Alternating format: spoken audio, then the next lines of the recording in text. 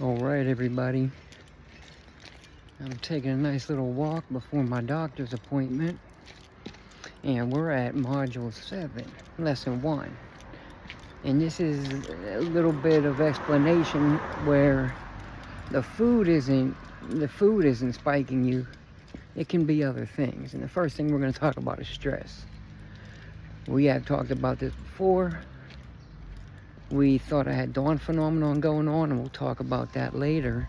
But we thought I had dawn phenomenon going on, and I realized after I looked at my chart, I took a screenshot from every single day for the last 8 weeks. I laid them all next to each other. Bam. And what I realized was the days that I didn't go to work, my sugar was flat all day. The days I did go to work, it shot up to about 150 to 190. And it shot up at 6 o'clock in the morning, which is when I wake up to go to work. So just that thought of me having to go to this toxic place was enough to shoot my, sugar up to 190. And like I said, I know that's what it is because, well, on the days I don't work, it doesn't happen. So that's pretty much my proof, at least, that the sugar is spiking because of the stress. And the other proof is I get home around 1:30, and usually by 2 o'clock it's came back down. It's down to normal, 190. So that's another big part of the proof. Okay, but yeah, that's the other proof, is that it literally goes down when I go home. By 2:30, it's usually at like 90, 100. So that's a huge proof that it is it's the stress and the cortisol and not food. Because the thing that didn't change was my food intake.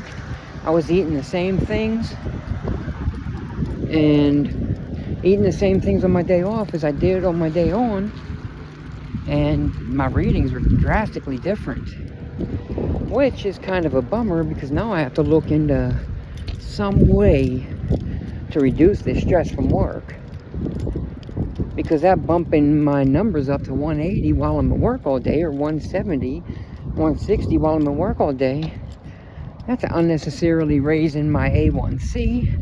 That's throwing off my average. If I could just sit home all day, shit, I'd be running about 100, 110 a day. Probably have an A1C of like 4 something. But, life is filled with stress, and we have to figure out ways to cope with it. So that's what we learned in our first module. Food is not the only thing that's going to spike your numbers. And like I've told you a whole bunch of times, having this little button here, that little button, is huge. Because that tells me when my numbers are spiking, real time. And I can figure out right then, okay, what right now is spiking my sugar? What right now is causing my sugar to spike? So having the CGM is huge. That's a big part of being able to figure this stuff out and, get it under control and all that stuff. So if you find that your sugar is spiking and you realize it's stress, then it's time to sit down and maybe figure out a way to relieve your stress. Some meditation. I don't know what it's going to take for you. For me, I just go through life and deal with it. That's how I've always dealt with stress.